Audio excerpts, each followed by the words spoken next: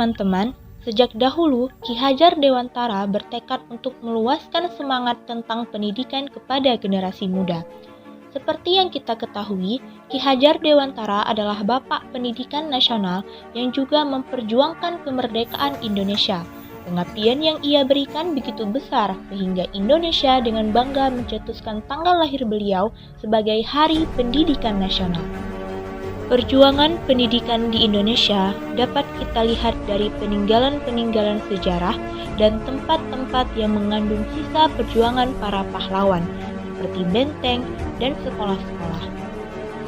Pada tahun 1854, beberapa bupati melakukan pendirian sekolah kabupaten yang hanya bertujuan untuk mendidik calon pegawai. Selain itu, didirikan juga sekolah dengan nama Bumi Putra yang berjumlah 3 kelas dan siswa hanya diajarkan membaca, menulis, dan berhitung seperlunya saja. Pada tahun 1922, lahirlah sebuah sekolah yang dinamakan dengan Taman Siswa Yogyakarta yang bertujuan memberikan kesempatan dan hak pendidikan yang sama bagi para pribumi, menanamkan rasa kebangsaan pada peserta didik, dan metode pendidikannya merupakan gabungan perspektif Barat dengan budaya nasional. Ki Hajar Dewantara memiliki strategi pengembangan pendidikan, di antaranya pandangan mengenai jiwa merdeka yang harus ditanamkan pada generasi penerus, karena hanya yang merdeka yang dapat melanjutkan perjuangan dan mempertahankan kemerdekaan bangsa Indonesia. Pemikiran Ki Hajar Dewantara mengenai merdeka belajar dapat dilihat dalam pemikirannya mengenai pendidikan yang mendorong terhadap perkembangan siswa, yaitu mengajarkan untuk mencapai perubahan dan dapat bermanfaat bagi lingkungan masyarakat. Pendidikan juga merupakan sarana untuk meningkatkan rasa percaya diri, mengembangkan potensi yang ada dalam diri.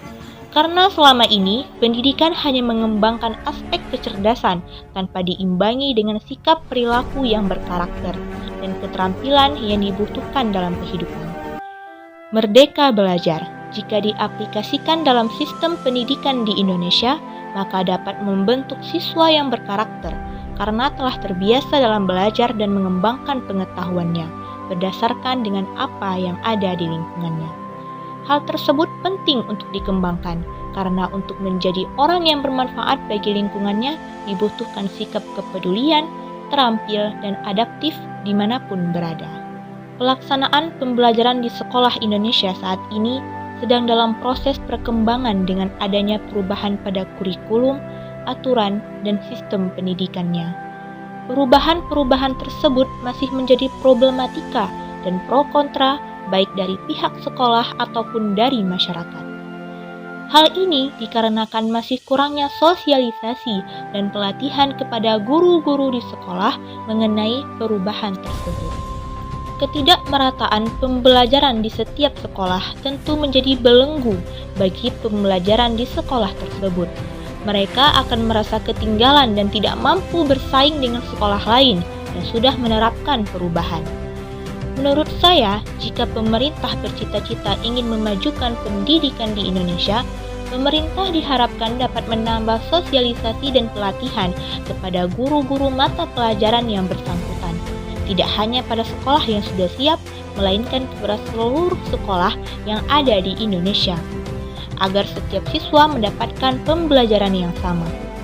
Begitupun dengan guru-guru yang ada di sekolah, hendaknya mau membuka diri dan wawasan, bekerja sama, serta ikut berkontribusi dalam menerapkan perubahan kurikulum dan sistem pendidikan yang telah dirancang pemerintah untuk kemajuan pendidikan di Indonesia. Selain kurangnya pemahaman mengenai perubahan kurikulum dan sistem pendidikan yang menjadi belenggu bagi pendidikan di Indonesia, kemajuan digital saat ini juga cukup mengkhawatirkan bagi para pelajar. Banyak pelajar yang kecanduan bermain handphone, seakan-akan mereka diatur oleh handphone itu sendiri. Akibatnya, mereka menjadi tidak fokus dalam belajar dan tidak termotivasi dalam bertumbuh dan berkembang ke arah yang lebih baik. Bahkan, banyak para pelajar yang kehilangan jati diri. Peran guru sebagai orang tua kedua bagi siswa tentu sangat dibutuhkan. Guru saat ini diharapkan mampu dalam mendidik, memotivasi, dan mengarahkan siswa ke hal-hal yang baik, mampu mengolah mindset siswa, dan membantu siswa dalam mengembangkan potensi yang ada pada dirinya. Guru tidak hanya bertindak sebagai pendidik, melainkan juga sebagai teman bagi siswa untuk bisa membuka diri dan menemukan peluang kesuksesan bagi kehidupan mereka. Hal tersebut dapat guru lakukan dengan cara mengingat dan mendalami kembali mengenai perjuangan pendidikan di Indonesia, mengenal setiap karakter peserta didik, merencanakan pembelajaran yang matang, dan mampu beradaptasi dengan perubahan kurikulum yang ditetapkan oleh pemerintah. Agar tujuan pendidikan yang pemerintah harapkan dengan implementasi pembelajaran di sekolah menjadi relevan dan Indonesia dapat melepaskan belenggu yang selama ini mengikat kemajuan pendidikan di Indonesia.